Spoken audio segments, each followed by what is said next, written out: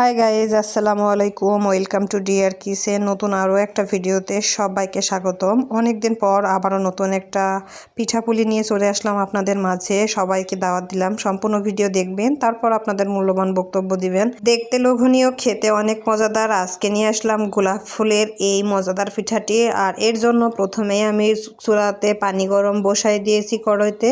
তার মধ্যে প্রয়োজনীয় আটা দিয়ে আমি এখন এই পর্যায়ে ডো করে নিচ্ছি।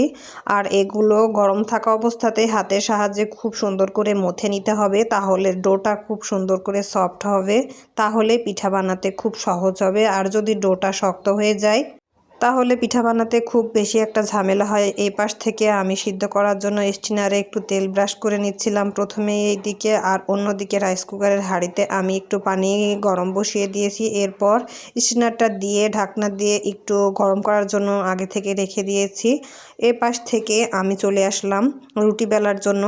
ডোগুলো নিয়ে খুব সুন্দর করে মথে তারপর সফট একটা ডো তৈরি করে তারপর এটাকে আমি 3 টুকরা করে নিয়ে 1 টুকরা নিয়ে প্রথমে আমি রুটি বানাবো। আর রুটি বানাতে আমরা কম বেশি সবাই পারি, এটা তো আর বলার কিছু নেই। আর হাতের সাহায্যে আমি প্রথমে একটু এভাবে বেলে নিচ্ছিলাম, তারপর এই যে সুন্দর রুটি শেপ দিয়ে নিচ্ছি। এ পাশে বড় জায়গা থাকলে আপনারা একবারে বড় রুটি বেলে নিতে পারেন, আর আমি এখানে ছোট রুটি করেছি। আর এরপর ছোট একটা যে গ্লাসের সাহায্যে এগুলো কেটে নিয়েছি। আর যেগুলো এক্সট্রা ছিল সেগুলো আমি সরিয়ে দিয়ে আরও রুটি বেলে সেগুলো আমি এগুলো সবগুলো একবারে কেটে নিচ্ছি। সবগুলো রুটি কেটে নেওয়ার পর তারপর গোলাপ ফুলের শেপ দেওয়া লাগবে, তাই জন্য আগে থেকে সব কিছু রেডি করে নিচ্ছিলাম। আর আমার সবগুলো রুটি আমি একবারে বেলে তারপর এই কাজটা করতে এসেছি। সবগুলো কাজ যদি গুছিয়ে করা যায় তাহলে পিঠাপুলিগুলো খুব সহজে বানানো যায়। এই জন্য আমি আগে থেকে সব সময়ই সব কাজ গুছিয়ে করার চেষ্টা করি।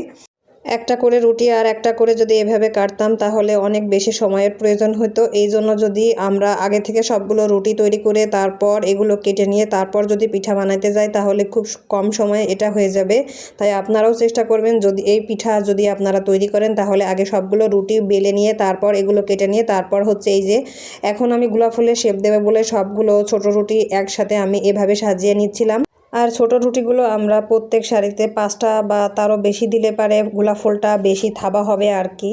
এই কারণে 5টা থেকে 6টা বা 4টা যেভাবে পারি সেভাবে আমি দেওয়ার চেষ্টা করেছি, তবে আমি 5টা করে দেওয়ার চেষ্টা করেছি। আর প্রত্যেক জোড়ার মুখে আমি হাতের সাহায্যে এভাবে একটু আটকিয়ে দিচ্ছিলাম, তাহলে আর খোলার কোনো সম্ভাবনা থাকবে না। আর এখানে আমি একটু নারকেল ও গুড়ের পুর দিয়ে নিচ্ছি, আর এটা আমি আগে থেকে রেডি করে নিয়েছি। এটা দিলে খেতে খুবই মজা লাগে। আর আপনারা যে কোনো খিরসা বা এই পুরও দিতে পারেন, যে যেটা খেতে পছন্দ করেন সেটা দিয়েই এটা বানাতে পারেন, কোনো সমস্যা নেই। তারপর নিচের অংশ উপরের অংশের সাথে এভাবে খুব সহজে আটকে নিয়ে তারপর ঘুরিয়ে হয়ে যাবে আমার গোলাপ ফুলের সুন্দর একটা শেপ। আর এটা দেখতেই পারছেন কতটা সুন্দর হয়েছে। আর সবগুলো আমি এখানে রেডি করে নিয়েছি। তারপরে যে আগে থেকে যে আমি রাইস কুকারে একটু পানি গরম করতে দিয়েছিলাম, এটাতে আমি এখন এগুলো সিদ্ধ বসিয়ে দিব। এই জন্য সবগুলো একে একে এখানে দিয়ে তারপর ঢাকনা দিয়ে খুব কম সময় সিদ্ধ করলেই হয়ে যাবে, বেশি সময়ে সিদ্ধ করার প্রয়োজন নেই। আমার রেসিপি দেখে আপনারা বাসায় একবার হলেও ট্রাই করে দেখতে পারেন। আজকের মতো এখানে বিদায় দিচ্ছি। সবাই ভালো থাকবেন, সুস্থ থাকবেন। আসসালামু আলাইকুম, আল্লাহ হাফিজ।